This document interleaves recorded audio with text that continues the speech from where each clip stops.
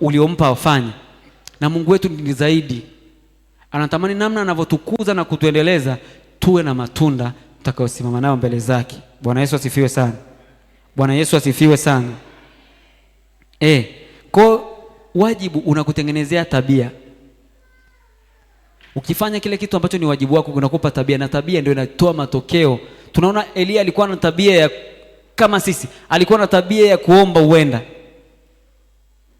Akaomba, akasema Mungu, mvua isinyeshe.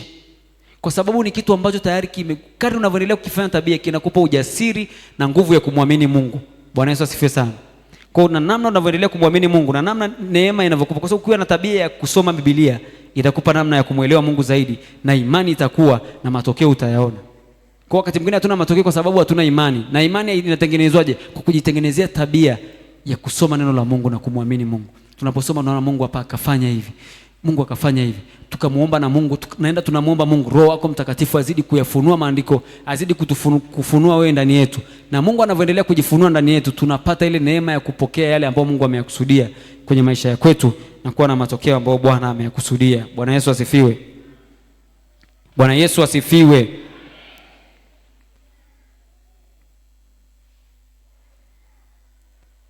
Sisi kama kanisa na kama watu tusipoujua wajibu wetu, ni ngumu sana kuwa na matokeo, ni ngumu sana kuyafanya yale ambayo Mungu ameyakusudia kwenye maisha yetu.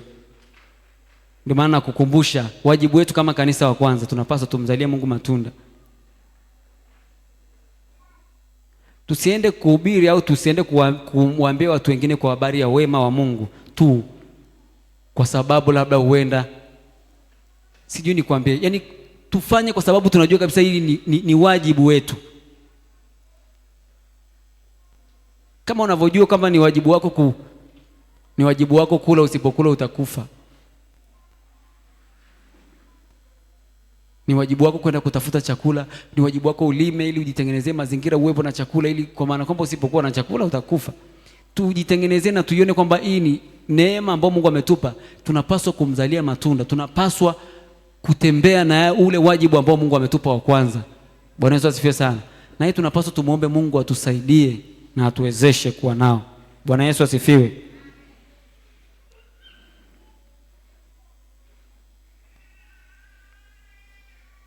Jambo lingine,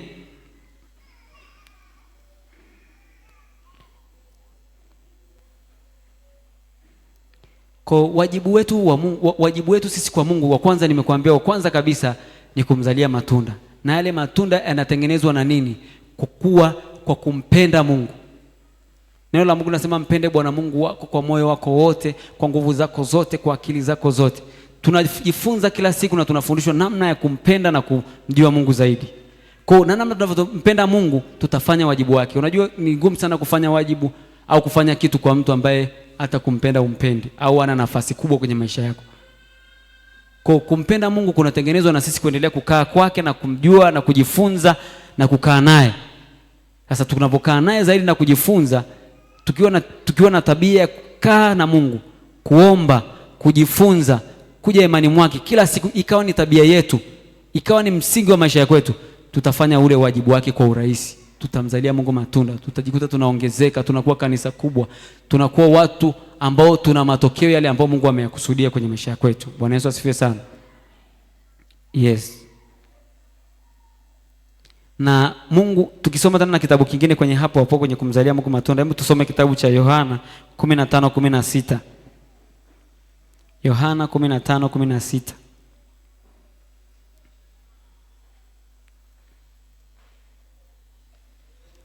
Yohana 15:16. Yohana 15 mstari wa 16 unasema, si nyinyi mlienichagua mimi, bali ni mimi niliyewachagua nyinyi, nami nikawaweka muende mkazae matunda, na matunda yenu yapate kukaa, ili kwamba lolote mumwombalo Baba kwa jina langu awapeni. Amen. Neno la Mungu linatueleza tena hapo kwenye kitabu cha Yohana, anasema si ninyi mlionichagua mimi. Hiyo imeonyeshwa kabisa kwa mara ya kwanza kabisa kwamba Yesu aliacha enzi, utukufu na mamlaka, tukiwa wenye dhambi, atumjui, atufanye chochote, akajitoa kafa msalabani kwa ajili yetu. Kwa hiyo alituchagua. tukiwa wenye dhambi, tukiwa hatustahili, yeye tu mbinguni akasema mimi Mungu, neno la Mungu linasema kwa maana jinsi Mungu aliupenda ulimwengu akamtoa mwanao wa pekee ili kila mwaminie asipotee bali awe na uzima wa milele. Kwa maana kwamba alituchagua tukiwa hatustahili. Anasema sasa si ninyi mlionichagua mimi bali ni mimi niliowachagua nikawaweka. Kwa baada ya kutuchagua, dhumuni kubwa la kutuchagua sisi miongoni mwa kuna wengi sana ambao bado hawajapata hii neema ya wokovu. Lakini Mungu sisi ametuchagua. Kwa nini alituchagua? Anasema nikawaweka muende mkazae matunda na matunda yenu yapate kukaa.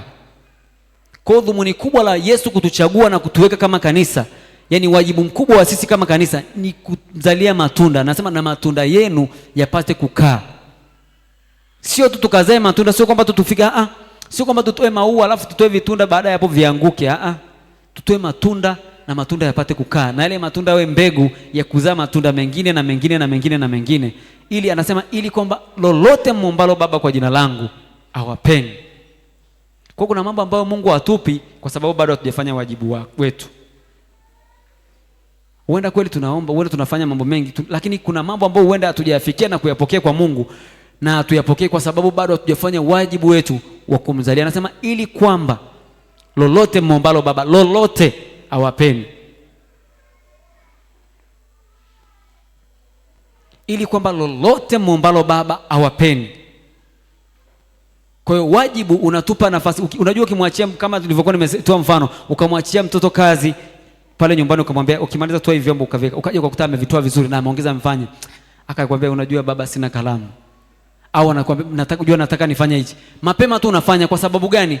Kila unapotoa jambo la kufanya analifanya kama ulivyomuelekeza.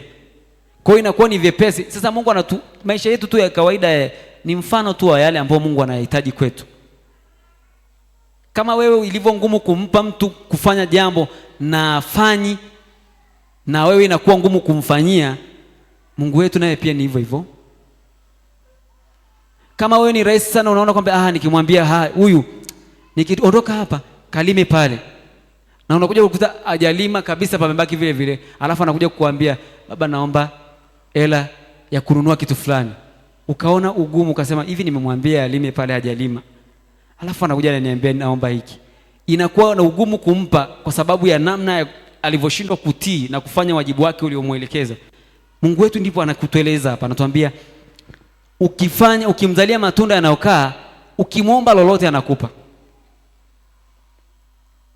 Kwa sisi kama kanisa na kama watumishi wa Mungu, natamani tujikumbushe wakati tunaenda kumaliza mwaka wa 2025 na unavyoenda kuwa na mipango yako ya mwaka wa 2026, hebu panga namna nzuri utakaokuwa na tunda hata moja. Kusema Mungu tu atakijasema hata moja, kwa hili mti na uacha, kwa tunda hili huyu mtu namuacha, kwa tunda hili naachia baraka ya uzima kwenye maisha yake, kwa tunda hili naachia baraka ya amani kwenye maisha yake, kwa tunda hili naachia yale ambayo unayahitaji kwenye maisha yake, kwa sababu tu ya hili tunda, kwa sababu matokeo ambayo Mungu ameyaleta. Bwana Yesu asifiwe sana. Kwa na sisi unapoenda kukua na mipango kwenye mwaka unaokuja wa 2026, uwe miongoni mwa kupanga ni namna gani naweza nikamzalia Mungu matunda, kwa sababu ni wajibu wangu kama Mkristo. Ni namna gani yule mlevi anayekaa karibu na kwetu anamjua Yesu. Unajua wakati mwingine neema ya Mungu tu inafunuliwa hata kwa maombi. Yaani unajua ile shauku tu, unakujikuta siku moja tu amekuja amesema nimeamua kumfuata huyu Yesu unayemtaka. Kwa sababu umeamua kufagua mtindo wako wa maisha, kusema Mungu naomba nifanye wajibu wako. Nimeamua kuchagua tabia ya kumtafuta namna ya kumzalia Mungu matunda kwa mifumo na kwa tabia ambayo nimekusudia kuwa nayo kwenye maisha yangu. Bwana Yesu asifiwe sana. Bwana Yesu asifiwe. Kwa lazima tutengeneze mazingira ya kumzalia Mungu matunda. Ndio shauku yangu kubwa ya kukumbusha wakati tunamaliza mwaka muda huu. Tusikae mimi na wewe. Nimekuambia sisi kwa sababu ya kulijaza kanisa au kwa sababu tuwe watu kwa sababu ni wajibu wetu sisi kama kanisa. Just angalia kwamba Mungu aliupenda ulimwengu akafa msalabani tukiwa wenye dhambi, akafa kwa ajili yetu. Na anatupa nafasi ya kutembea na kuambia wengine ili nao waifikie hiyo neema. Kwa kuna mtu mwingine anakuhitaji tu wewe. Anakuhitaji tu wewe kwamba kesho tu ungeri kumwambia na akubali. Na huenda ameshaambiwa na watu wengi, lakini neema imeachiwa kwa kwenda tu kumwambia kwamba Yesu anakupenda. Yesu anakupenda. Nilishawahi kusikiliza ushuhuda mmoja wa mtumishi wa Mungu. Alikuwa anasema, ni Msomalia yule, simtaje jina. Yeye alikuwa siku moja anasafiri kwenye gari, yuko kwenye gari lake anatembea barabarani, akawa amefika kwenye mataa. Kama watu wamewahi kufuatilia ushuhuda wa Alhaji, alikuwa akishuhudia kipindi hicho. Kwa anasema akati akisafiri barabarani akawa amekaa kwenye gari yake kwenye taa. Hizi taa za barabarani, yani uruhusiwe uende. Yuko pale anasubiria, amekaa kwenye kiti. Ni shehe, alikuwa ni shehe mkubwa tu, mpaka anakuja kupata neema ya wokovu. Alikuwa ni shehe, ni mtu mkubwa ambaye tayari amesoma maushe, yani yuko ndo mwenyewe yule. Sasa yuko barabarani pale, amekaa kwenye kiti chake anasubiria taa ziwake, anawaza zake, ana mawazo mengi tu. Amefungua zake kioo. Kakaja katoto kimoja kadogo, kakamwambia hivi, Ostaz, Jesus loves you. Yani alimwambia tu, Ostaz, Yesu anakupenda. Yule baba akasema, huyu dogo vipi? Akamuita akamwambia, njoo mtoto mzuri, salimie. Ile anamsalimia, akachukua ule mkono wake akauvunja kwenye mlango, akaupiga mkono ukavunjika. Katoto kakaondoka kamevunjika mkono, lakini kameshamwambia tu, Ostaz, Yesu anakupenda. Neno moja tu dogo hilo. Baada ya pale, ni mtumishi amehubiri muda mrefu, sasa simsikii kwa wapi, lakini huo ushuhuda niliupata. Baada ya pale alikuwa anatoa ushuhuda mwenyewe huyo. Baada ya pale akaondoka akaenda. Sasa baada ya hapo kikawa kinamsumbua kwenye akili, kwa nini huyu mtoto aliniambia Yesu ananipenda? Ikawa usiku hata anapoota mandoto, amekaa anaota mandoto, anafikiria akiota. Siku moja anasema amelala usiku mmoja, akaota ndoto kwamba kuna ndege, sijui kuna ndege inaenda, alafu iko juu. Alafu ile ndege ilivyokuwa juu ikapigwa ikawaka moto. Alafu chini kuna moto unawaka. Ikapigwa ikafeli, ikawa inataka kuanguka. Ilivyokuwa inataka kuanguka, yeye akapata nafasi ya kufanya. Sasa ile anataka kuanguka, akaja mtu akamuokoa kwenye ule moto wa kupotea. Akawa yani mandoto yakawa anaanza kumsumbua ni namna gani. Lakini siku nyingine anaota msalaba. Kwa akawa anasumbuka. Neno moja tu mtoto alimwambia kwamba Ostaz, Yesu anakupenda. Na nikikuja kukuambia chanzo cha ule mtoto kumwambia yule Ostaz, alikuja koko. Akaja karudi mara ya pili. Sijui alikuja kukutana naye wapi tena, akakaona. Na akakamwambia neno lile lile, Yesu anakupenda. Na mpaka siku moja akaja akampokea Yesu na akamtafuta Yesu na akawa mhubiri mkubwa wa Mungu kwenye neema ambayo Mungu amekusudia. Kwa neno moja dogo, Yesu anakupenda. Kwa hiyo kuna namna tu tunatamani kujua, ni wajibu wetu tu. Na haituhitaji kwamba tufanye mambo mengi sana, ni neema tu ya kupata ile nguvu ya Mungu na kumfuata mwenzako, kumwambia tu Yesu anakupenda. Kesho tena ukafanya kwa kuendelea, ikawa ni tabia yako. Ukikutana naye tu, habari, Yesu anakupenda. Yesu anakupenda. Hivi mtu kwa nini kila siku akutana na mimi ananiambia Yesu ananipenda? Na usiwe na haraka, sio lazima yani kumwambia leo. Unajua wakati mwingine tunataka tumjalie Mungu, tumefika tu saa hiyo umemwambia mtu amepiga magoti ameokoka hapo hapo. Kuna namna tutengeneze tabia ambazo mtu tu anafika point anasema kwamba nimeamua kuokoka. Kesho tena unakutana naye, Yesu anakupenda. Yesu anakupenda. Yesu anakupenda. Sawa sawa na Roho Mtakatifu anakupenda. Kuna namna inamjengea nafasi. Kwa nini huyu mtu kila siku? Kwa nini kila siku mimi tu ananiambia Yesu ananipenda? Kwa nini kila siku ananiambia Yesu ananipenda? Kwa nini kila siku ananiambia Yesu ananipenda? Siku nyingine inakuja kukuuliza, hivi kwa nini unaniambia Yesu anakupenda? Unakaa kwenye neno la Mungu unamfungulia. Unaona hapa. Tusome kitabu kimoja hapa, unamfungulia Yohana 3:16. Neno la Mungu linasema hivi, kwa maana jinsi hii Mungu aliupenda ulimwengu akamtoa mwanawe pekee ili kila muaminie asipotee awe na uzima wa milele. Kwa Yesu alitupenda tukiwa wenye dhambi namna fulani. Kwa unakuta mtu amejengwa, anakuwa anaongezeka kwenye kumjua Mungu, na tunakuwa tayari tumekifanya kile ambacho Mungu amekusudia kwenye maisha yetu. Bwana Yesu asifiwe sana. Bwana Yesu asifiwe. Lakini jambo lingine ambalo linajenga tabia zetu ni ule mtindo wa maisha ambao tumechagua. Kila namna unavyoamua kuishi na kila namna ulivyoamua kuishi ndivyo tabia zako zitaenda hivyo. Yaani ule mtindo wa maisha ulioamua kwenda nao unakudrive kwenye tabia ambayo uko nayo. Kama una mtindo wowote ule ambao umeuchagua kwenye maisha yako, ule mtindo una matokeo makubwa sana ya kutengeneza tabia zako na kizazi chako na watu wako ambao uko nao. Kwa lazima uangalie ni mtindo gani ambao Mungu anautaka ili tufikie au tuyafanye yale ambayo ameyakusudia kwenye maisha yetu. Kuna mitindo mingine kweli huenda inafanyika, lakini je, ni mtindo sahihi unaomtendea Mungu ameukusudia? Ni sawasawa na neno la Mungu? Bwana Yesu asifiwe sana. Kwa tabia zetu pia zimetengenezwa kwenye ile mitindo ambayo tumeamua kuishi. Kila mtu ana mtindo wake wa maisha aliyoamua kuishi, na kila mtu ataishi kutokana na mtindo wa maisha, kwa namna wazazi wake. Wakati mwingine mtindo tu unatengenezwa na namna wazazi wako waliamua uwe, kwa namna shule yako, sijui na namna marafiki zako, kwa vyovyote vile. Kwa ule mtindo wa maisha ambao umeamua uwe nao una matokeo ya kule ambako Mungu amekusudia au kukuzuia kufika kule ambako Mungu amekusudia. Kwa hiyo tunatamani, kwa hiyo cha kwanza kabisa pia mitindo ya maisha yetu lazima iwe sawasawa na ile Mungu alivyokusudia. Bwana Yesu asifiwe sana.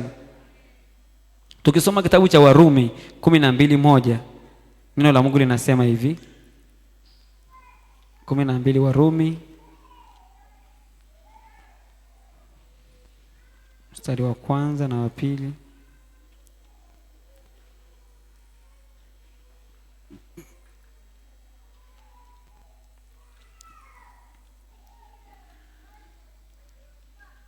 Warumi naomba tusomee.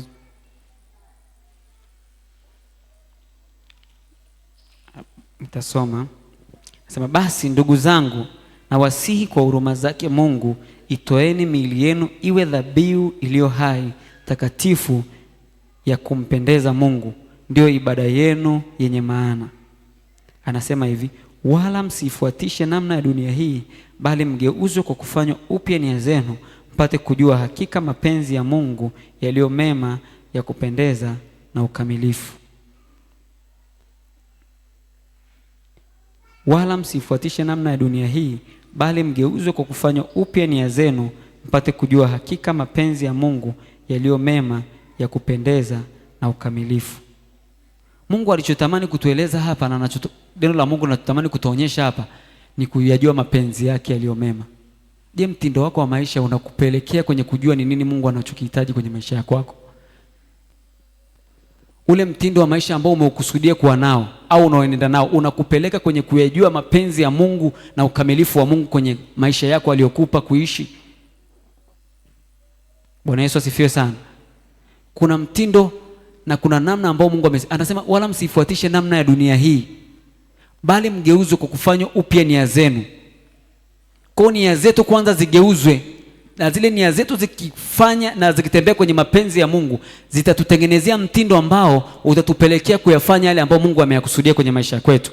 Bwana Yesu asifiwe sana. Lakini si ule mtindo wa namna ya dunia ilivyo ndio utupeleke kule ambako Mungu anataka tuwe. Hatuwezi kufika. Bwana Yesu asifiwe sana. Lakini tunatakiwa kwanza nia zetu na mioyo yetu igeuzwe, ifanywe upya, tuyajue hakika mapenzi ya Mungu ambayo ameyakusudia sisi tuwepo. Mapenzi ya Mungu ni yapi? Ni nini ambacho Mungu yaani mapenzi ni ule upendo. Ni nini ambacho Mungu anakifurahia sisi tukikifanya kama watoto wake tukiwa hapa duniani?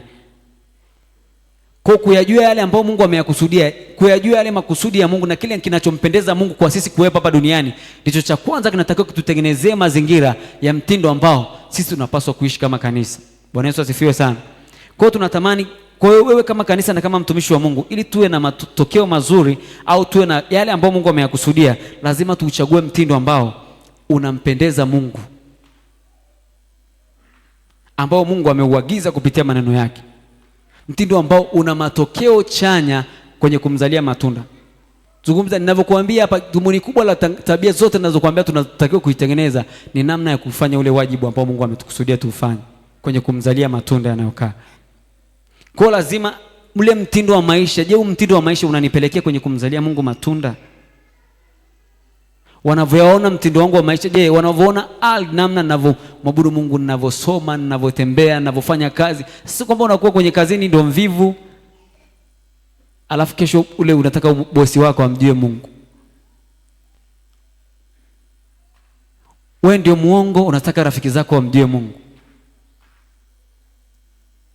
Kwa kuna namna lazima tutengeneze mtindo ambao kwa huo watu watasema hakika huyu Mungu anastahili kuabudiwa sawa sawa na neno la Mungu ambalo nataka tuwe. Bwana Yesu asifiwe sana. Bwana Yesu asifiwe sana. Kwa namna tunavyoingia na kutoka, kwa namna tunavyozungumza, kwa namna tunavyofanya, kwa yote tunalolifanya, lazima tuhakikishe mtindo wetu wa maisha unatengenezwa kuyabeba mapenzi ya Mungu, kubeba lile pendo la Mungu kwetu. Mungu anavyotuangalia anatufurahia, na tunavyomwambia Mungu, sasa Mungu fanya kwa ajili ya hichi, Mungu anafanya. Tunavyomwambia Mungu, sasa Mungu tenda kwa ajili ya taifa letu jambo hili na hili, Mungu analifanya. Kwa sababu gani? Tumetembea sawasawa na vile Mungu anavyotaka, kwa kumpendeza, kwa kufanya mapenzi yake. Bwana Yesu asifiwe. Bwana Yesu asifiwe. Sasa tuangalie, nataka niangalie, tupitie kwa ufupi mambo machache hapa tumalize, naenda kumaliza sio muda mrefu. Tuangalie tabia zinazojenga maisha ya ushindi kwenye maisha ya kwetu, ili tushinde, ili tuweze kufanya ule wajibu wa tumzalie Mungu matunda, tutembee na Mungu vizuri, tuishi vizuri. Kuna mambo ambayo yanajenga zile tabia. Kuna tabia ambazo tunapaswa kuwa nazo ili tuyapokee yale ambayo Mungu ameyakusudia na tuyafanye yale ambayo Mungu ameyakusudia. Tabia ya kwanza kabisa ambayo tunapaswa kuwa nayo ili Mungu atembee na sisi kwenye viwango vile alivyovikusudia, tabia ya kwanza ambayo tunapaswa kuwa nayo, ambayo nimejifunza, ni kuwa na moyo wa shukurani. Tabia ya kushukuru. Miongoni mwa tabia ambazo tunapaswa sisi kama watu wa Mungu na kama Mungu aliyotukusudia kuyafikia yale ambayo Mungu ameyakusudia kwenye maisha yetu, ni moyo wa shukurani. Kumshukuru Mungu kwa kila chochote kinachotokea kwenye maisha ya kwetu, na lolote tunalolifanya kwenye maisha ya kwetu, na lolote linalotokea kwenye maisha ya kwetu, ni kwa sababu ya neema ya Mungu tu. Yaani uwe ni nani, hata ungekuwa mkuu wa dunia, ulimwengu mzima huu, ila uzima wako ni Mungu tu ameushikilia. Sio kwa sababu ya ubingwa wa madaktari wa duniani, sio kwa sababu ya chochote kile ambacho unaweza kukifanya, lakini ni Mungu tu ametupa neema ya kuwa tulivyo. Kwa hiyo lazima kwenye kila hatua na katika kila jambo tunalolifanya, lazima tujitengenezee kama kanisa na kama watu wa Mungu tabia ya kumshukuru Mungu. Iwe kwa chochote. Neno la Mungu nasema tufungulie kwenye kitabu cha Wathesalonike wa kwanza sura ya 5 mstari wa 18. Wathesalonike wa kwanza sura ya 5:18. Wathesalonike wa kwanza sura ya 5.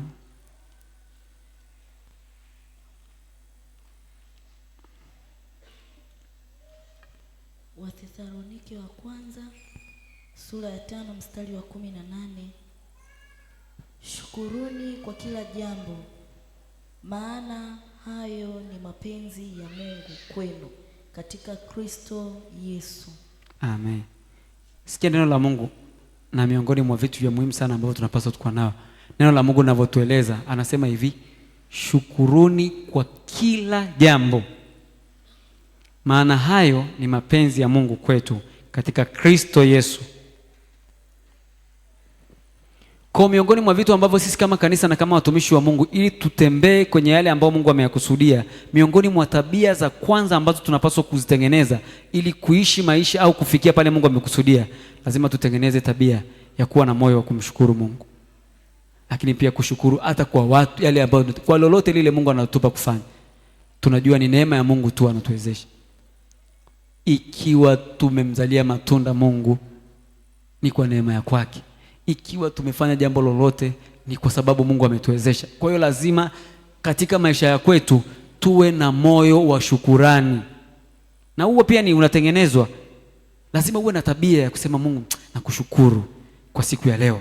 Mungu nakushukuru. Ndio maana hata kanisa letu nzuri la Penueli huwa tuna dakika 45 za kumshukuru Mungu za kifurushi. Tunakuja kumwambia Mungu asante, kwa kuwa tunajua kabisa wiki siku nzima hii tumeenda nayo, ikiwa kuna chochote tumekifanya ni kwa sababu Mungu ametupa neema. Ukitaka kujua hivyo, juzi tu kwenye uchaguzi watu wamepigwa, wamekufa, sio kwa sababu wao walifanya mabaya sana au walipanga. Alikuwa anatembea wanafanya hivi, lakini sisi Mungu ametupa neema. Kwa hiyo ile neema lazima tumshukuru Mungu kwa kila jambo. Kuna watu Mungu amekupa uwezo, unatembea, Mungu amekupa uwezo, unaweza ukalala ukaamka asubuhi. Mungu amekupa uwezo wa chochote kile. Kwa hiyo lazima tuwe katika akili yetu na katika moyo wetu tutengeneze mazingira na tabia ya kuwa tunamshukuru Mungu. Bwana Yesu asifiwe sana. Ni miongoni mwa tabia kubwa za muhimu sana ambazo tunapaswa kuwa nazo. Neno la Mungu nasema ingieni nywani mwangu kwa shukurani. Kwa kila sekunde na kila dakika inatupasa tuwe na moyo wa shukurani. Bwana Yesu asifiwe sana. Lakini hata unapotendewa na chochote, shukuru Mungu.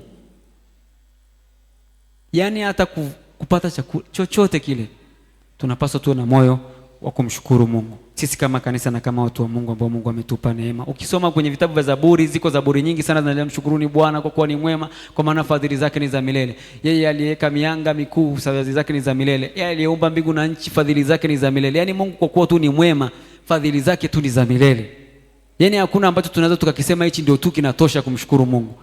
Kwa lazima wewe ujue kabisa kama mtumishi wa Mungu na kama Mungu mtu aliyekupa neema na nafasi, tengeneza mazingira na tabia ya kuwa na moyo wa kumshukuru Mungu kila siku, kila muda, kwenye kila jambo. Bwana Yesu asifiwe sana. Tukisoma pia Zaburi ya 92:1-2, neno la Mungu linasema hivi. Zaburi ya 92 mstari wa kwanza na wa pili, neno la Mungu linasema. Zaburi ya 92 mstari wa kwanza na wa pili unasema, ni neno jema kumshukuru Bwana na kuliimbia jina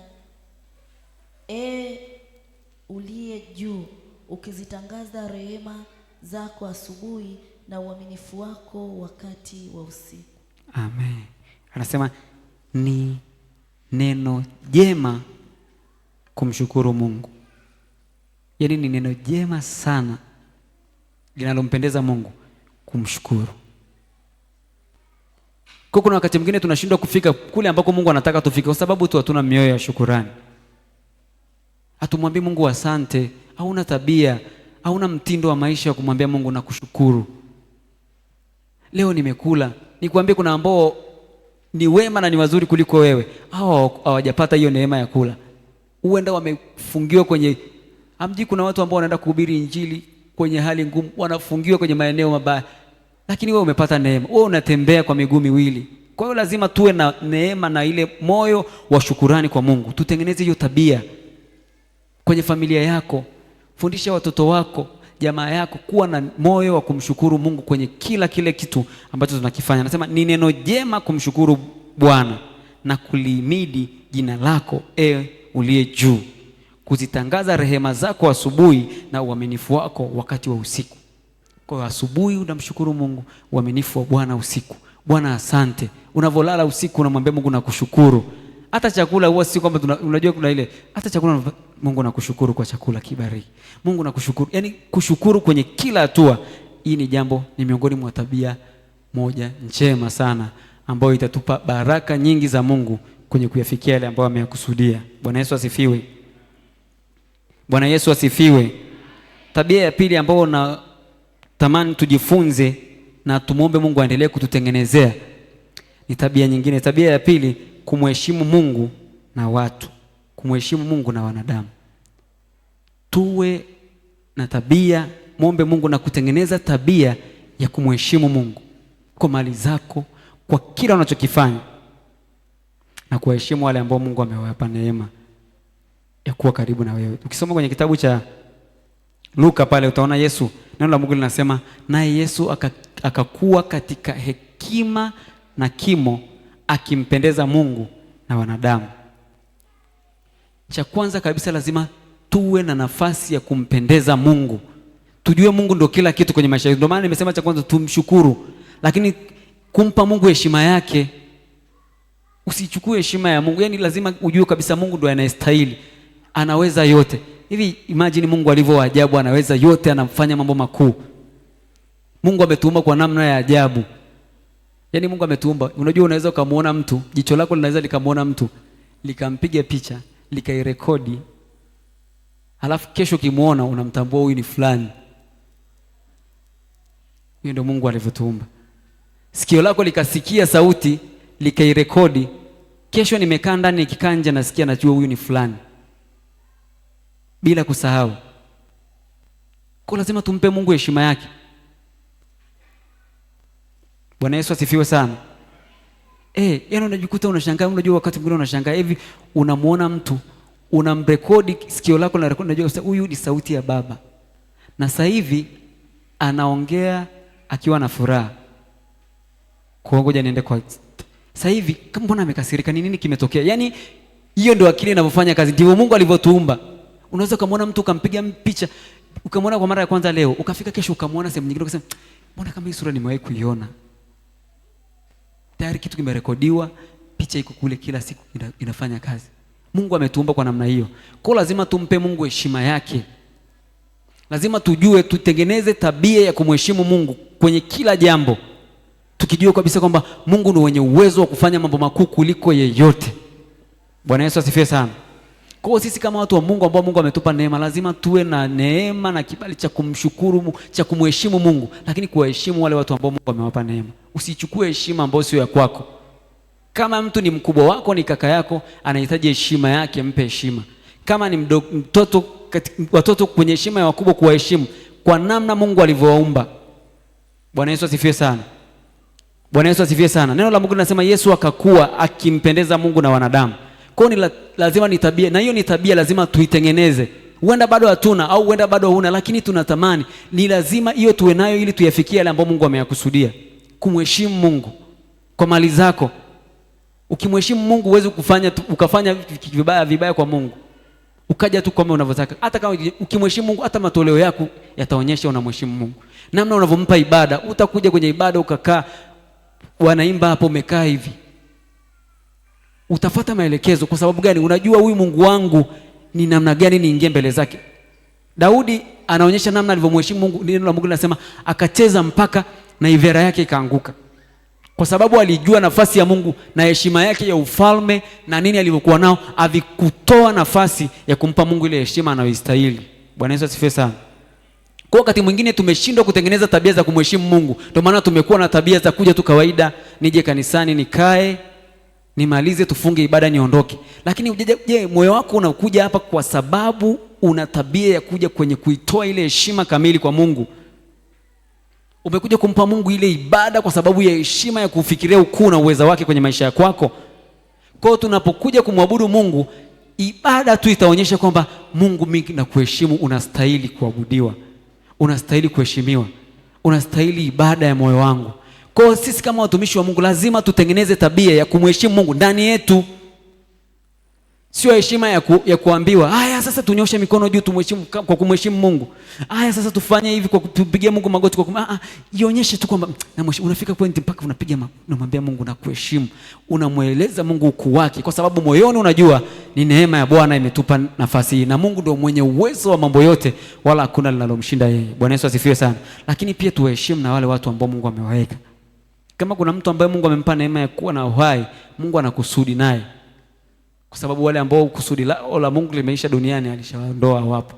Kwa uwe una nafasi ya kuheshimu wale ambao Mungu amewaweka. Ikiwa ni mtumishi wa Bwana, kama heshima. Neno la Mungu linasema mtu kama ni nabii katika unabii wake, mpe heshima yake. Kama ni nani katika nafasi yake. Kila mtu, kama ni baba katika ubaba wake, kama ni mtoto katika utoto wake.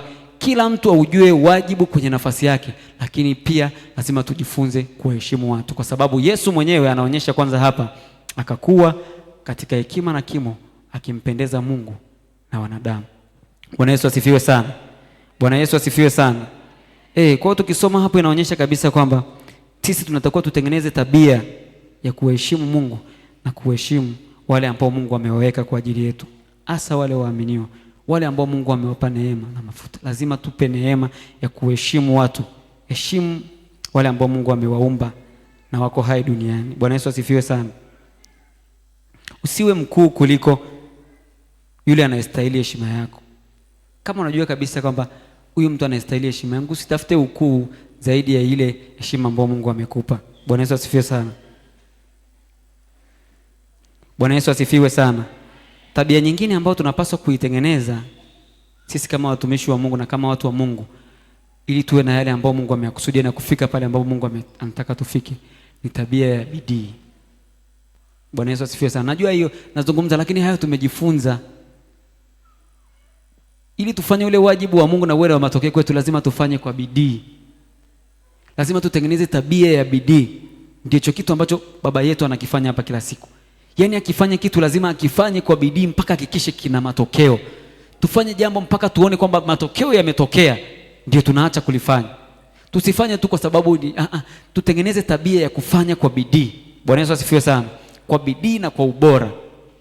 Bwana Yesu asifiwe. Bwana Yesu asifiwe. Kwa sisi kama watumishi wa Mungu na kama watu ambao Mungu ametupa neema, kama wana Penueli, lile ambalo neema ya Mungu imefunuliwa kwetu kulifanya, ametupa neema ya wokovu, lazima tufanye maelekezo ya Mungu. Kama ni kusoma neno, tusome neno kwa bidii. Kama ni kuomba, tuombe kwa bidii. Kama ni kufanya kazi zetu za kupata pesa kwa bidii. Popote ambapo Mungu anatupa kufanya, tufanye kwa bidii. Bwana Yesu asifiwe sana. Bwana Yesu asifiwe. Kwa hiyo na hiyo bidii ni tabia inatengenezwa. Bidii haiji tu kwamba unajikuta ni automatically kwamba imetokea unafanya. Ni lazima kuna mchakato, kuna maumivu, kuna kukataa, kuna kujinyima vitu fulani, kuna kujiwekea mipaka fulani, kuna mambo fulani. Hayo yote ya kutengeneza bidii ya kuyapata yale ambayo Mungu ameyakusudia. Bwana Yesu asifiwe. Kwa lazima sisi kama watumishi wa Mungu ambao Mungu ametupa neema, tufanye kwa bidii ili tupate yale matokeo ambayo Mungu ameyakusudia. Lazima tujitengenezee tabia ya kuwa na bidii kama watu wa Mungu. Bwana Yesu asifiwe sana. Bwana Yesu asifiwe. Kwa hiyo ni tabia inatengenezwa. Hata kama unatamani tabia hiyo iwe kwa watoto wako, wanaiona kwa kukuona unavyofanya, lakini pia kwa kuwafundisha. Sasa kama wewe mambo yako ufanye kwa bidii, mbona unafanya vitu? Lazima wewe kwanza uwe mfano. Lazima mimi kwanza niwe mfano, ili kwamba ile bidii watakapoyaona matendo yenu mema wamtukuze Mungu. Bwana Yesu asifiwe sana. Sisi kama watumishi wa Mungu, kama Mungu amekupa neema ya kuomba, omba kwa bidii. Na kuomba, neno la Mungu linasema ombeni siku zote wala msikate tamaa. Hiyo ni kuonyesha kwamba kuomba ni tabia ya kila siku. Kusoma neno, kuhubiri Injili, kufanya kazi kwa bidii, zile kazi ambazo tunazifanya kwenye mazingira ambayo Mungu ametupa, tunapaswa kufanya kwa bidii ili tupate matokeo yale ambayo Mungu ameyakusudia kwenye maisha yetu. Bwana Yesu asifiwe sana. Bwana Yesu asifiwe. Jambo lingine la 4, ili tuyafikie yale ambayo Mungu ameyakusudia, tabia miongoni mwa tabia ambazo tunapaswa kuzitengeneza kwenye maisha yetu ni tabia ya kuwa na moyo wa kusamehe, moyo wa msamaha. Bwana Yesu asifiwe sana.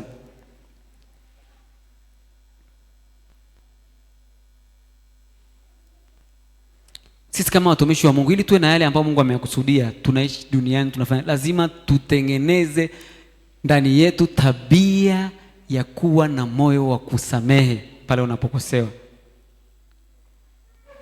Kuna mambo kweli tunaishi kwenye dunia. Neno la Mungu nasema duniani mnao dhiki, lakini jipeni moyo. Kuna mambo lazima sisi kama watumishi wa Mungu na kama watu Mungu ambao ametupa neema, tuwe na mioyo ambao tunaweza tukasamehe. Mtu ambaye hawezi kusamehe, hawezi kupokea yale ambayo Mungu ameyakusudia, lakini pia hawezi kufika pale ambako Mungu amepakusudia. Sisi kama kanisa lazima tuwe na moyo wa kusamehe. Hivi tumwangalie kwa mfano Daudi. Daudi ni miongoni mwa mtumishi wa Mungu kwenye Biblia ambaye Mungu anamuita ni mtu baada ya moyo wangu, mtu anayeupendeza moyo wangu. Lakini Daudi, tukimwangalia Daudi, amepitia aliishi na Sauli. Sauli alimfanyia mambo mengi mabaya, lakini tunaona Daudi bado aliendelea kumtafuta, bado aliendelea kukaa naye, bado aliendelea kutembea kwenye yale ambayo Bwana amempa. Kwa hiyo tabia haitengenezwi. Tabia ya Daudi haikutengenezwa na ushindi wa kumshinda Goliati siku moja tu. Tabia yake ilitengenezwa na uwezo wa kumshinda Sauli kila siku, kwa kuwa na moyo wa kumsamehe na kuendelea kutafuta kuwa naye. Ni kweli alikuwa na ushindi mkubwa akampiga Goliati, lakini tabia ya Daudi hatuipimi kwa uwezo tu wa kumshinda Goliati siku moja. Tabia ya Daudi tunaona mpaka Mungu anamuita mtu baada ya moyo wangu, au mtu anayeupendeza moyo wangu, ni baada ya kuwa kila siku alivyokuwa akimshinda Sauli. Sauli anakuja anampiga mshale, anaondoka, anarudi tena, lakini bado aliheshimu nafasi yake kama mtumishi wa Mungu, na bado alitembea kwenye ile nafasi ambayo Mungu ameikusudia. Bwana Yesu asifiwe sana. Bwana Yesu asifiwe. Kwa sisi lazima, ili tupokee yale ambayo Mungu ameyakusudia, mioyo yetu iwe mieupe mbele za Bwana. Mungu wetu ni Mungu mtakatifu sana. Kwa hiyo utakatifu wa Mungu ndio anataka tuwe nao. Tabia ya Mungu, miongoni mwa tabia za Mungu, hizi nilikuwa nazungumza tabia tunapaswa tuwe nazo, lakini miongoni mwa tabia ya Mungu, Mungu wetu ni mtakatifu, ni wa upendo, anaweza yote, anajua yote, yuko kila mahali kila wakati, ni wa milele. Hizo ni tabia za Mungu zinazomtofautisha Mungu na mambo mengine. Kwa hiyo na sisi tunapaswa zile tabia ambazo Mungu anazo kama utakatifu, na sisi tuwe nazo, na Mungu wetu ni mtakatifu. Kwa lazima hiyo inatengenezwa na kwa sisi kuamua kwamba mimi moyoni mwangu, katika mambo yote na katika jambo lolote litakalotokea, mimi moyo wangu utakuwa mweupe. Na sio rahisi, ni tabia inatakiwa kutengenezwa. Sio rahisi, lakini ni lazima utengeneze tabia na tabia na tabia. Unajifunza, unaenda mpaka inakuwa tabia. Unajikuta neema ya Mungu ya kuyapokea yale ambayo ameyakusudia inakuwa kwako. Bwana Yesu asifiwe sana. Bwana Yesu asifiwe. Tukisoma kitabu cha Mathayo 6:15, neno la Mungu linasemaje? Mathayo 6:15. Mathayo 6 mstari wa 15 nasema, bali msipowasamehe watu makosa yao, wala Baba yenu hata wasamehe ninyi makosa yenu. Amen. Tunaona neema ya wokovu inakuja kwetu baada ya Yesu kufa msalabani kwa ajili yetu tukiwa wenye dhambi. Neno la Mungu linasema watu wote wametenda dhambi na kupungukiwa na utukufu wa Mungu. Lakini anasema kama ninyi hamtawasamehe watu makosa yao, hata Baba yenu wa mbinguni hatawasamehe ninyi. Kwa kama Mungu asipokusamehe, utatembeaje kwenye neema ya Mungu?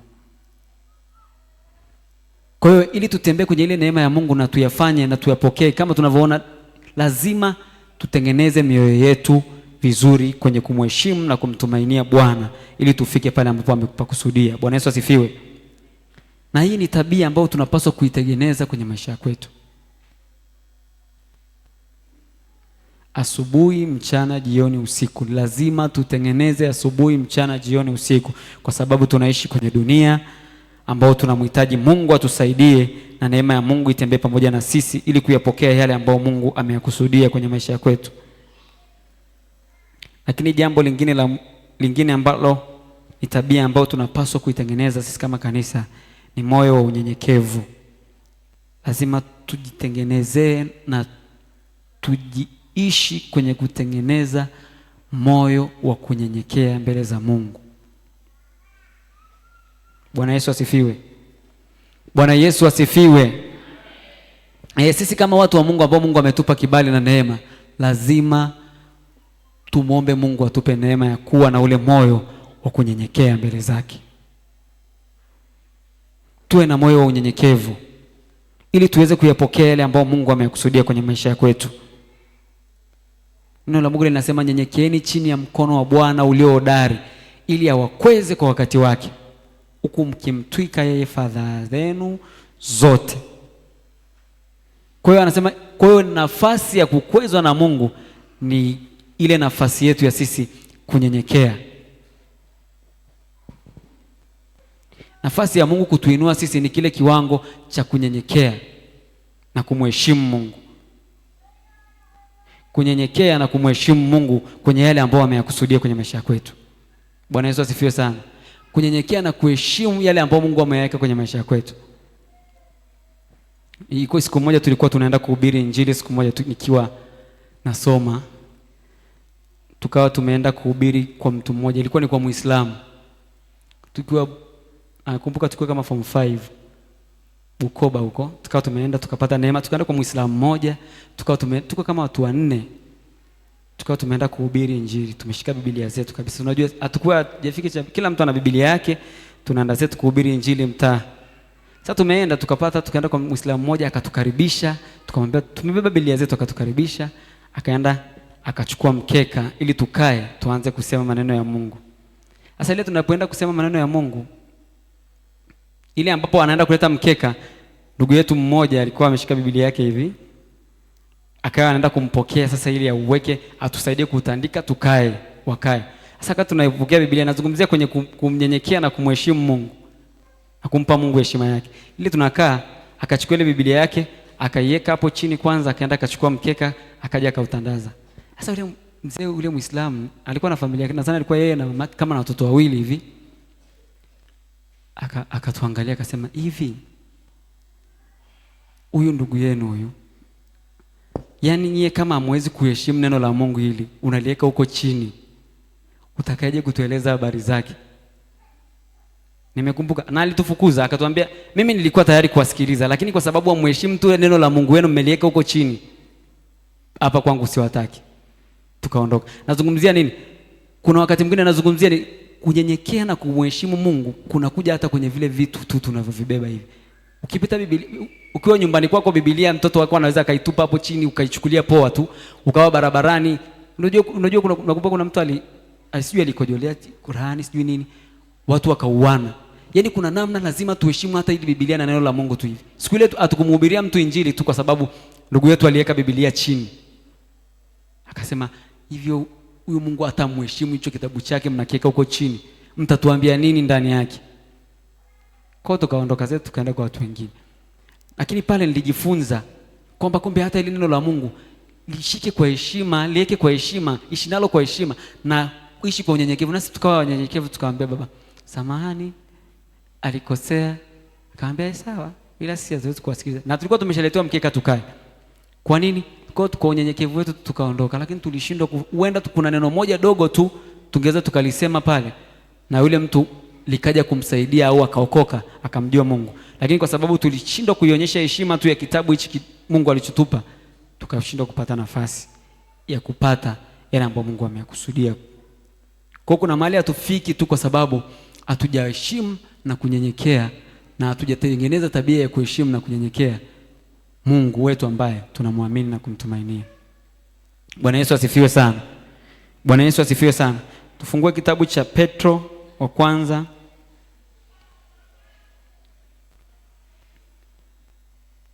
Waraka wa kwanza wa Petro sura ya 5 mstari wa 6.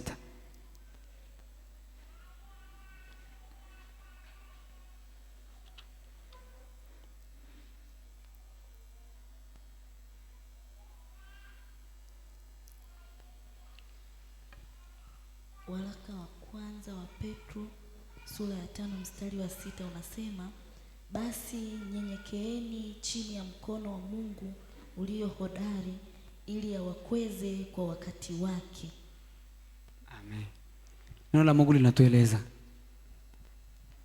miongoni mwa tabia ambazo tunakuwa nazo, tunapaswa kuwa nazo ni kunyenyekea kwake. Kuwa wanyenyekevu mbele za Mungu. Kukaa na kumsikiliza Mungu, kufuata maelekezo ambayo Mungu anatupa kupitia neno lake, kupitia watumishi wake, kwa unyenyekevu wote, ili tuweze kuyapokea yale ambayo Mungu ameyakusudia, ili tuweze kuyapokea yale ambayo Mungu anataka tuyafanye. Lazima sisi kama kanisa na kama watu ambao Mungu ametupa nafasi, tutengeneze mioyo ya kunyenyekea mbele za Mungu. Bwana Yesu asifiwe sana. Tutengeneze tabia ya unyenyekevu ndani yetu. Tutengeneze tabia ya kumheshimu Mungu. Tutengeneze tabia ya kumpenda na kumheshimu Mungu. Bwana Yesu asifiwe sana. Bwana Yesu atusaidie sana. Tutengeneze tabia ya kumshukuru Mungu. Tutengeneze tabia ya bidii. Tutengeneze tabia ya moyo wa kusamehe. Najua ziko tabia nyingi ambazo tunapaswa tuwe nazo kama washirika na kama watu ambao Mungu ametukusudia tuwepo. Ziko nyingi, lakini mimi nimeeleza hizi chache tu. Lazima sisi ili tufike pale ambapo Mungu anapopasa tufike, tuwe watu ambao tunabeba shukurani kwa Mungu. Tunaingia mbele zake kwa kumshukuru. Unaposhukuru unaonyesha uweza wa Mungu kwake. Lakini lazima tuwe na moyo wa bidii. Lazima tuheshimu Mungu na tuheshimu watu. Tuwe na msamaha, lakini tuwe wanyenyekevu mbele zake. Bwana Yesu asifiwe sana. Naomba tusimame. Tutaenda kumwabudu Mungu wetu, alafu tukamwombe Mungu atupe neema ya kujua ni nini, kwa namna gani tunapaswa kuzitengeneza tabia ambazo zitampendeza Mungu, ili tutengeneze familia, ili tutengeneze taifa, ili tutengeneze jamii au kanisa lenye matokeo, lazima tabia zetu zienende sawasawa na vile Mungu anavyotaka tuwe. Lazima maisha yetu yawe sawasawa na vile Mungu anataka tuwe, kwa kuwa na nidhamu, kwa kukaa na kunyenyekea mbele za Mungu katika kuyafikia yale ambayo Mungu ameyakusudia kwenye maisha yetu. Bwana Yesu asifiwe sana.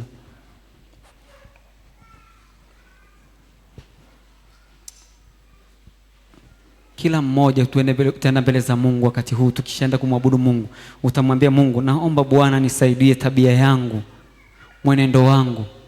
Mungu akupe tabia ambayo akiangalia ataona ni container zuri la kutosha la kubeba utukufu wake. Mungu akupe tabia ambayo Mungu akiangalia itambeba utukufu wake, na wewe kupitia wewe Mungu atakutumia kwenye kuyatenda yale ambayo ameyakusudia. Nataka kufanana na Yesu, moyo wangu. Nataka kufanana nawe Yesu, moyo wangu. Nataka kufanana nawe Yesu, moyo wangu. Nataka kufanana nawe Yesu, moyo wangu. Oh, nataka kufanana nawe Yesu, moyo wangu. Nataka kufanana nawe Yesu, moyo wangu. Moyo wangu, moyo wangu. Nataka kufanana nawe Yesu, moyo wangu. Moyo wangu, moyo wangu. Nataka kufanana nawe Yesu, moyo wangu. Tabia yangu, tabia yangu. Unataka kufanana nawe Yesu, tabia yangu. Tabia yangu, tabia yangu. Nataka kufanana nawe Yesu, tabia yangu. Kusema kwangu, kusema kwangu. Nataka kufanana nawe Yesu, kusema kwangu. Mwenendo wangu, mwenendo wangu.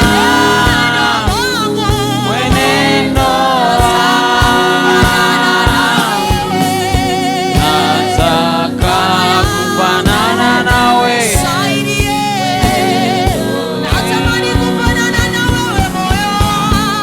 moyo wangu, moyo wangu. Nataka kufanana nawe Yesu. Hebu nende mbele za Bwana, mwambie Bwana unataka ufanane na yeye. Mwambie Bwana tunataka tufanane na wewe Bwana, mioyo yetu, tabia zetu, mienendo yetu, utu wetu wa ndani ukakufanane wewe Bwana. Hebu nenda mbele za Bwana, mwambie Bwana akupe kutengeneza tabia ambayo kupitia hiyo itakuwa ni chombo cha Bwana kukutembea na wewe, kuyabeba yale ambayo Mungu ameyakusudia kwenye maisha yako, katika jina la Yesu Kristo wa Nazareti ile hai.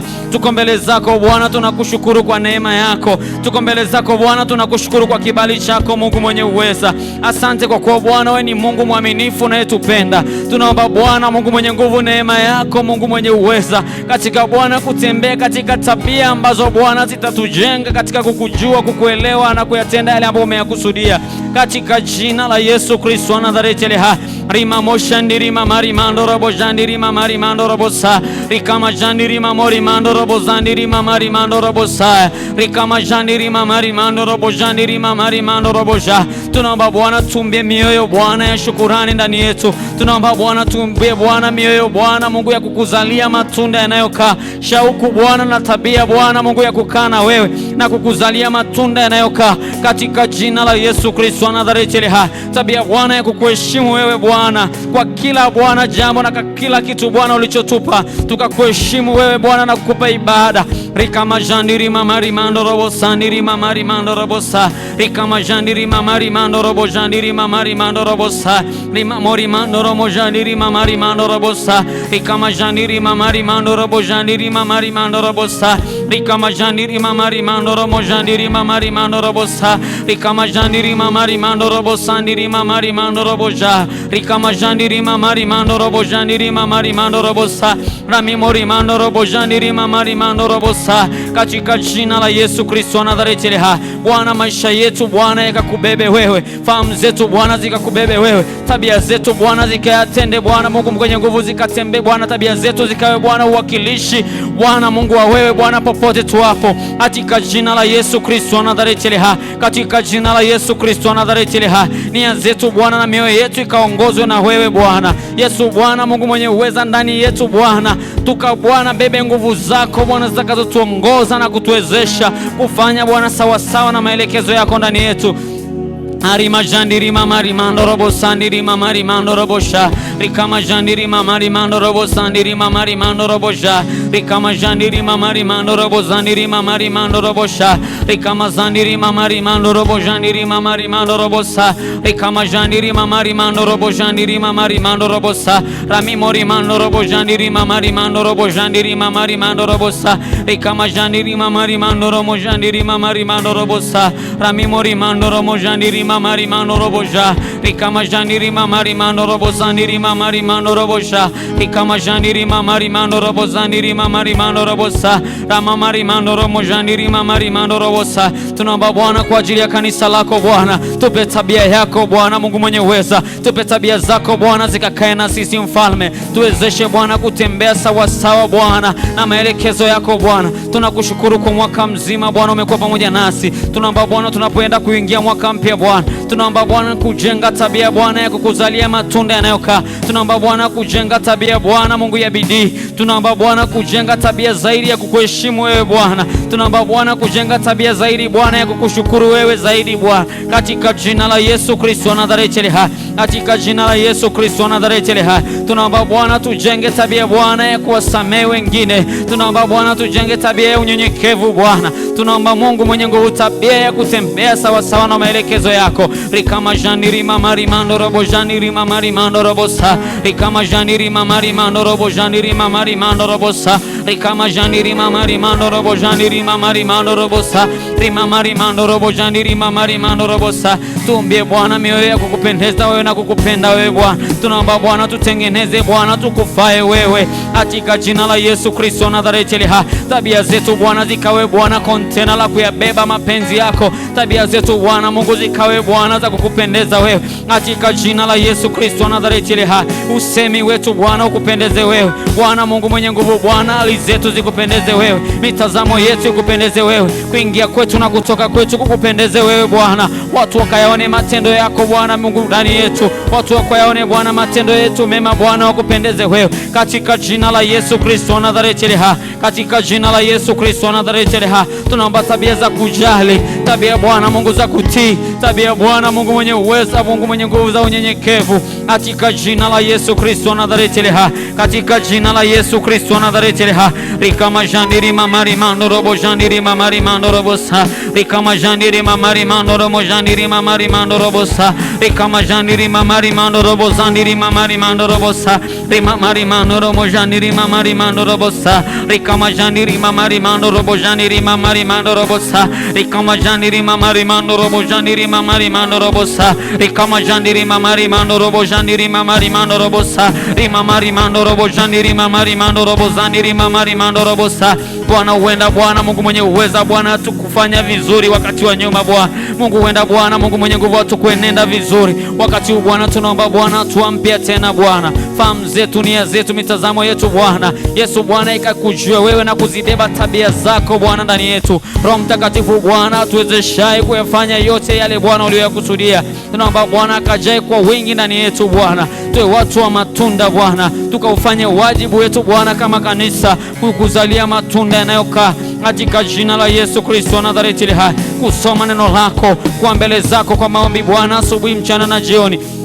Arima jandiri mamari mando robo sandiri mamari mando robo sha rikama jandiri mamari mando robo jandiri mamari mando robo sa rimamari mando robo jandiri mamari mando robo sandiri mamari mando robo sha rikama jandiri mamari mando robo jandiri mamari mando robo sa. Katika jina la Yesu Kristo wa Nazareti hai, utukuzwe wewe Mungu uwezaye kutenda mambo makubwa mno ya ajabu. Utuwezeshaye Bwana, bila wewe hatuwezi, bila wewe Bwana hatuwezi Bwana, bila wewe Bwana hatuwezi Bwana, bila wewe Bwana hatuwezi, bila wewe Bwana hatuwezi Bwana. Tunauhitaji msaada wako Bwana. Tengeneza fahamu zetu, tengeneza mioyo yetu, tengeneza Bwana akili zetu, tengeneza miili yetu Bwana, tukupendeze wewe, tukupendeze wewe, katika jina la Yesu Kristo wa Nazareti hai, katika jina la Yesu Kristo wa Nazareti hai, katika jina la Yesu Kristo wa Nazareti hai. Asante Bwana kwa kuwa ni mwema na ni mwaminifu.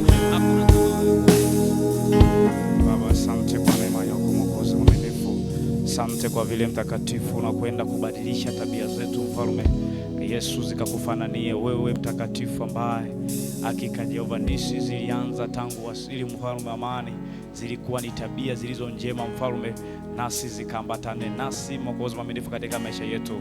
Tunaamini ya kwamba tumekwisha kuzipokea katika jina la Yesu Kristo, tukiomba pia na kuamini, na wote tuseme amen. Pigie Bwana Yesu makofi. Chukue nafasi uweze kuketi. Asanteni sana wana Asaf Maskwaya. Bwana Yesu asifiwe. Bwana Yesu asifiwe. Naomba unisaidie kumshangilia Yesu kwa makofi mazuri. Hebu mshangilie Yesu mpaka mtu aliyesinzia amke kabisa. Shangilia tu Yesu mpaka jirani yako kama amesinzia aweze kuamka.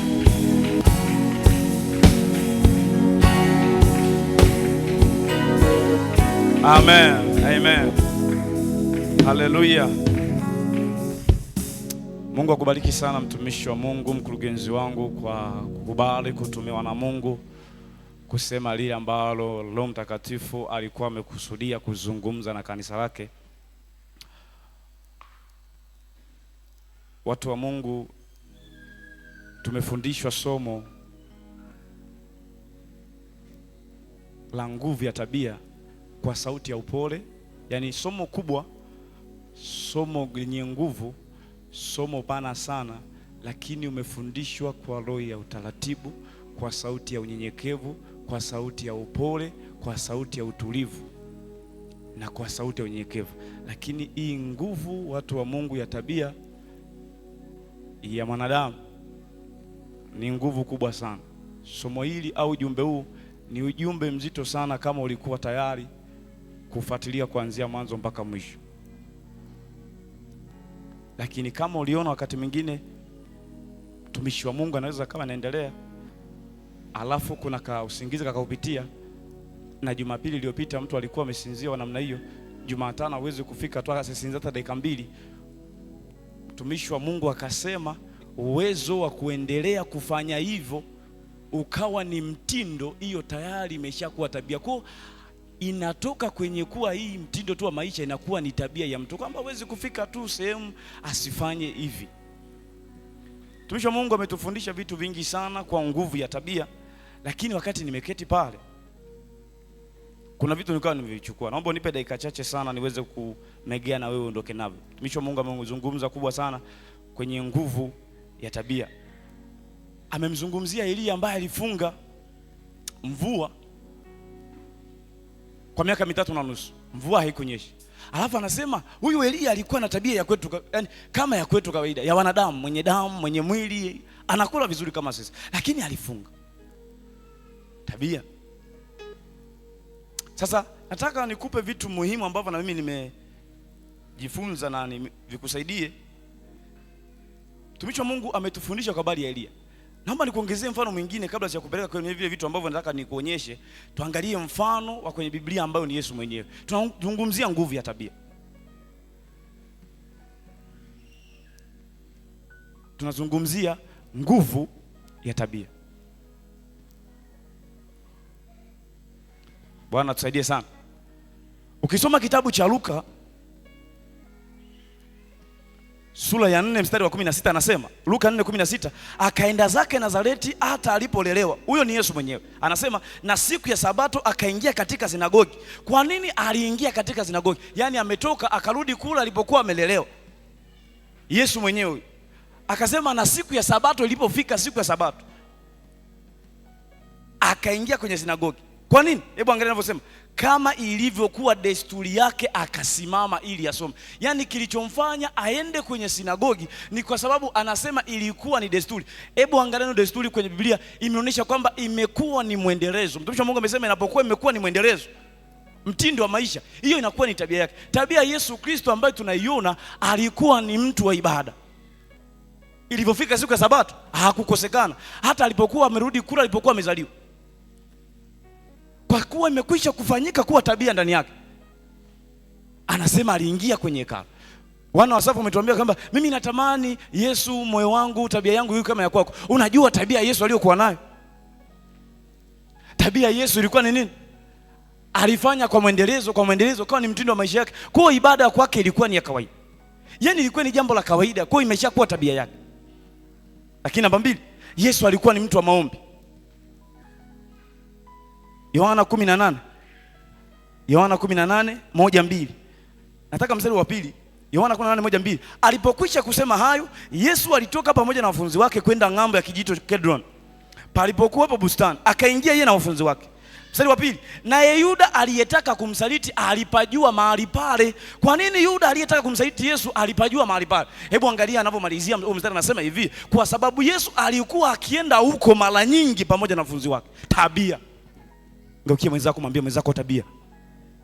Mwambie tena tabia. Tabia ya Yesu. Kwa nini mpaka Yuda anakuja anapajua mpaka huyu hapa atakuwa sehemu fulani, anaenda kufanya nini? Anaenda kuomba. Tabia ya Yesu Kristo. Yaani imetoka kuwa kwenye mtindo wa maisha yake, sasa imekuwa ndani ya mwili wake, ni tabia yake. Halo. Tunazungumzia tabia, mwendelezo. Kama niko mbali nishuke kidogo hapa haraka chapu tumalizie ili nikimbie. Nazungumzia tabia. Sasa naomba nikupe vitu 7 muhimu. Vitu 7 muhimu vya kufahamu kuhusu tabia. Vitu 7 muhimu. Baada ya kuangalia hii tabia ya Yesu Kristo mwenyewe aliyokuwa nayo. Alikuwa mtu wa maombi, mtu wa ibada. Nimeupenda mstari wa 2, nasema naye Yuda aliyetaka kumsaliti alipajua mahali pale. Ni kwa sababu alipajua. Kwa nini? Ni kwa sababu alikuwa akienda huko mara nyingi pamoja na wanafunzi wake. Yaani alikuwa anaenda. Vitu 7 vya kufahamu, vitu muhimu au vitu vya kufahamu kuhusu tabia. Watu wa Mungu, tabia yaweza kuwa mbaya au nzuri. Na tabia inaweza ikawa ya kiroho au ya asili. Watumishi wa Mungu, tabia haijawahi kuvuka kwenye maneno mawili. Tabia inaweza ikawa ni mbaya, kama sio mbaya basi itakuwa ni nzuri. Sasa hiyo tabia inaweza ikawa ni ya kiroho au ikawa ni ya kiasili. Pastor anazungumza nikizungumzia upande wa kiroho. Kusoma Biblia, kuja ibadani, kwenda kwenye maombi, hii ni tabia ya kiroho. Tabia ya kiasili. Kuongea inaweza ikawa ni tabia ya mtu. Jamani, huyu ni mwongeaji sana. Jamani, huyu ni mkimya. Jamani, nimemzungumzisha muda mrefu, nimemwambia hiki, nimemwambia hajanijibu tu, amenijibu neno moja tu. Ndio tabia yake, yani sio mwongeaji. Tabia yoyote inaweza ikawa ni nzuri au ni mbaya, lakini inaweza ikawa ni ya kiroho au ni ya kiasili. Namba 2, vitu vya muhimu kufahamu kuhusu tabia. Ni kitendo kinachorudiwa kwa urahisi pasipo kufikiria au kupanga kukifanya. Tabia iwe ni ya kiroho au ni ya kiasili, ni kitendo kinachorudiwa kwa urahisi pasipo kufikiria au kupanga au kulifanya. Yaani ikisha kuwa tabia yako, au fikirii kwenda au fikirii kufanya, imekuwa ni tabia yako. Yaani ibada ikiwa ni tabia yako, au pangi kuja ibadani. Watu wa Mungu, kuna mtu anapanga kwenda ibadani, mtu anaipanga kwenda ibadani, haijawa tabia. Jamani, leo ni Jumatatu, leo ngoja tu kesho nijipange tu niende tu kifurushi. Kwa kweli nikaje, amezungumza vitu vingi sana. Ikisha kuwa tabia, haiwezi kuwa namna hiyo. Anasema hivi, anazungumza hivi, ni kitendo kinachorudiwa kwa urahisi pasipo kufikiria au kupanga. Ukiona mtu anapanga ibada, si Jumatano niende ibadani, au si nifanye hivi, haijawa tabia. Tabia inafanyika pasipo kufikiria au fikiri, jamani, mimi nitafanya tabia fulani, nitakuwa na tabia fulani, au nitakuwa nifanye hivi. Naomba nikuonyeshe mfano. Mtu mwenye tabia ya kuombaomba apangi kwamba mimi nitaenda tu nitaomba fulani. Kwa sababu ni tabia yake. Mtoto ambao anakutana watu kule barabarani, ni tabia yake ni ya kuombaomba. Apangi kutoka nyumbani kwamba mimi nikifika barabarani nitamuomba fulani. Yeye hajui nani atakayemuomba, lakini akutana na mtoto mwenzake anakula naomba, akutana na baba fulani naomba shilingi 500, kwa sababu ni tabia yake. Kwani alipanga huyu? Alipotoka nyumbani alikuwa ajui kwamba ataomba shilingi 500, ila kwa sababu ni tabia, afikirii kufanya, apangi kufanya. Hata tabia za kiroho, ukiona kuna tabia za kiroho, kusoma neno unapanga nitasoma neno, haijawa tabia bado. Mtu mwenye tabia atasoma tu bila kupanga. Ataweka mimi hapa lazima, kwa sababu alipanga mwanzoni, akawa anasoma kwa masaa mawili kila siku. Sasa akimaliza mwaka mzima, hiyo tena imeshakuwa tabia. Apangi tena, yani ikipitia tu mwaka unaofuata anasoma kwa mwaka mmoja, mwingine kwa lisali lile. Ni kwamba hapangi. Bwana tusaidie sana. Ni kitendo kinachorudiwa kwa urahisi pasipo kufikiria. Namba 3, vitu muhimu vya kufahamu kuhusu tabia. Tabia mbaya huongoza katika kushindwa. Uwe unajua au hujui. Watu wa Mungu, tabia mbaya, uwe unajua au hujui, inakuongoza katika kushindwa. Yaani mtu mwenye tabia mbaya, ajue asijue, ni kwamba hiyo itamuongoza katika kushindwa. Vice versa, anasema hizo. Anasema tabia nzuri, namba 4, tabia nzuri huongoza kwenye kushinda ikiwa mtu anajua au hajui. Yaani mtu kama akiwa na tabia nzuri, itamuongoza katika ushindi. Ajue hayo asijue lazima. Wakitafuta mtu fulani ambaye kidogo amekaa vizuri, ametulia, mwenye tabia fulani, ambia bwana, ukimpata dada fulani, yeye alikuwa anafanya ajui, lakini ile tabia imempa kwenye ushindi. Utafuta mtu fulani mwenye hivi na hivi vigezo, akaweka ukimpata kaka fulani, huyu atakunyoshia kwenye biashara yako hapo. Tabia. Kwa yeye alikuwa anafanya bila kujua, lakini tabia mbaya, yule usimweke kwenye biashara. Inakuwa ukimweka tu siku 2 duka limeisha. Wanajua tabia yake kwamba ni mtu tu wa kuchukua vitu, tabia. Kwa tabia nzuri, hata kama mtu ajui, itampelekea kushinda. Lakini kama anakuwa na tabia mbaya, automatically ataenda kwenye kushindwa. Namba 5, watu wa Mungu, tabia nzuri ni ngumu kuitengeneza, ila ni rahisi kukaa nayo. Halo? Bwana Yesu asifiwe. Tabia nzuri ni ngumu kuitengeneza, ila ni rahisi kuwa nayo. Kukaa nayo ni rahisi, hiyo tabia nzuri, ila ni ngumu kuitengeneza. Nilipofika kwenye kipengele hiki, nikalivaa kwenye mfano. Kuna siku nimekaa na baba nikaa namwangalia, saa 10 amekwisha kufika. Wakati mwingine saa 10 kama na nusu hivi, wakati mwingine saa 10. Sasa akatengeza saa 10:15 amekwisha kufika. Nikajitenga, sema sasa hapa Gideoni hapa, wewe unalala hapo karibu Sasa baba anafikaje mapema hajafika? Amesema saa 10:30. Lakini mbona hawahi kufika? Sasa hapa mimi nitakuwa najitahidi anikute, yani anikute. Akanikuta. Baadaye kilichotokea, bado haijawa tabia. Unashangaa baada ya wiki moja, ukilala tu kidogo, kama ilikuwa ni Jumapili kama hivi, umechelewa kulala hivi, ukija kushtuka, nashtuka saa 10 dakika 20. Hajafika huyu. Yeye amekwisha kufika. Sasa kwake yeye imekwisha kuwa ni tabia. Hapo mimi najitafuta kutengeneza tabia. Sasa tabia nzuri ni ngumu kuitengeneza kwa Mungu. Hakuna kitu kirahisi sana kama, yani hakuna kitu gumu sana kama kutengeneza tabia iliyo nzuri. Tabia nzuri, watu wa Mungu, kuomba ni tabia nzuri. Nadhani ni nyepesi hiyo. Kusoma Biblia ni tabia nzuri, ni nyepesi hiyo. Mtu akishika tu Biblia amesinzia. Akiingia kwenye kuomba, mimi kwa kweli nitajitahidi niwe naamka, akija kushtuka saa 11:30, saa 11 kamili. Yani hawa tabia ni ngumu kuitengeneza, lakini akifanya kwa maendelezo. Sina utafiti mzuri sana, wanasayansi tusaidia na wengine wanasema si tabia ukitengeneza kwa siku 90, kwamba ukifanya hivyo kwa siku 90, wanavyosema sio kama ni kweli, kwamba hiyo inakuwa ni tabia. Kitu ukifanya kwa siku 90 maendelezo bila kuacha. Lakini kama nikuhakikishie, ukifanya kwa siku 90 ndani ya wiki moja ukaacha, unaanza upya. Unaanza upya kuitengeneza. Bwana tusaidie sana. Bwana Yesu tusaidie. Unaanza kuitengeneza upya. Na basi 6. Tabia mbaya ni rahisi kuitengeneza ila ni ngumu kukaa nayo. Hebu angalia mwizi anavyoteseka, wewe unavyokuwa unateseka. Tabia ni mbaya. Ni rahisi kwenda tu kwenye makundi tukupeleke kwenye duka fulani ukabomoe. Hiyo ni rahisi tu kuitengeneza akawa mwizi haraka sana. Lakini inakuwa ni nzito sana kukaa nayo kwenda, kwa sababu inamletea majuto na yeye wakati mwingine hapendi. Hataki. Inamletea matatizo. Kwa tabia mbaya ni rahisi kuitengeneza. Tabia nzuri ni ngumu kuitengeneza, ni rahisi kukaa nayo. Tabia mbaya ni rahisi kuitengeneza, ni ngumu kukaa nayo. Namba 7, unapokuwa na tabia njema ni lazima uwe mlinzi wa tabia hiyo. Vitu vya kufahamu kuhusu tabia. Unapokuwa umekwisha kuijenga tabia njema, umekwisha kukaa kwenye maombi, wakati wote unaweza ukafanya jambo, ukasoma neno kwa masaa 2, 3, 4. Tabia njema lazima uilinde. Usikubali kwamba hapa leo ngoja nipumzike, fanya kwa kuendelea. Yesu wakati wote alikuwa anaenda. Kwa sababu gani? Amekwisha kufanya kwa tabia yake. Kwa unapokuwa na tabia njema ni lazima uwe mlinzi wa tabia hiyo. Wakorintho wa kwanza 15:33, msidanganyike, mazungumzo mabaya uharibu tabia njema. Msidanganyike, mazungumzo yoyote yaliyo mabaya yanaharibu tabia njema. Tabia njema ni lazima uwe mlinzi wa tabia hiyo. Vitu vya kuzingatia. Naomba nikupe vitu 4. Vitu vya kuzingatia. Watu wa Mungu, hivi unajua uko hivyo ulivyo kwa sababu ya tabia yako. Yaani upo hivyo kama ulivyo kutokana na tabia yako. Kila mmoja aliyeko mahali hapa, hata mimi, hata wewe ni shahidi wa maisha yako.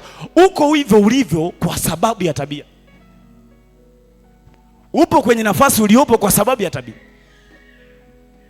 Upo kwenye ofisi fulani kwa sababu ya tabia. Watu wa Mungu, tabia inaendana na nafasi ya mtu wakati mwingine, kiwango cha mtu alichonacho. Kwa uko hivyo ulivyo ni kwa sababu ya ile tabia.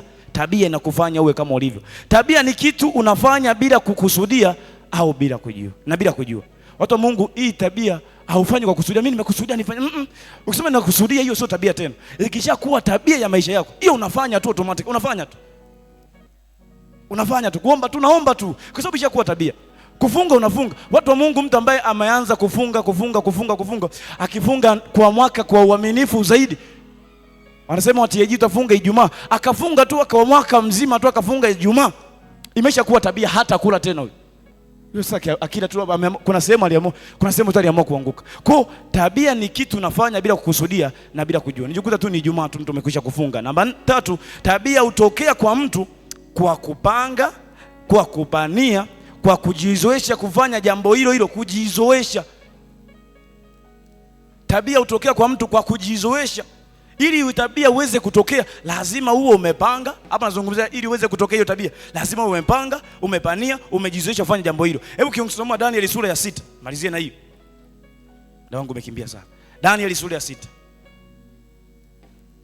Hiyo naomba niisome. Danieli sura ya 6 mstari wa 10.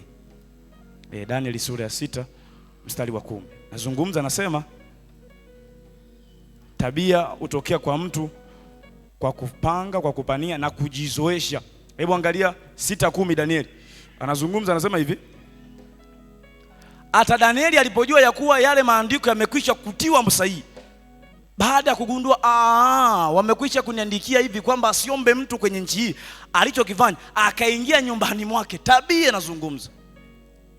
Akaingia nyumbani mwake na madirisha katikati chumba chake yalikuwa yamefunguliwa kukabili Yerusalemu. Akapiga magoti mara 3 kila siku. Kwa nini alifanya hivyo wakati wamekwisha kutia muhuri sasa kwamba asionekane mtu anayeomba? Kwa nini Danieli ananyanyuka anachukua maamuzi ya kwenda kuomba? Imekwisha kuwa tabia. Kwa tabia inajengwa kwa kufanya nini?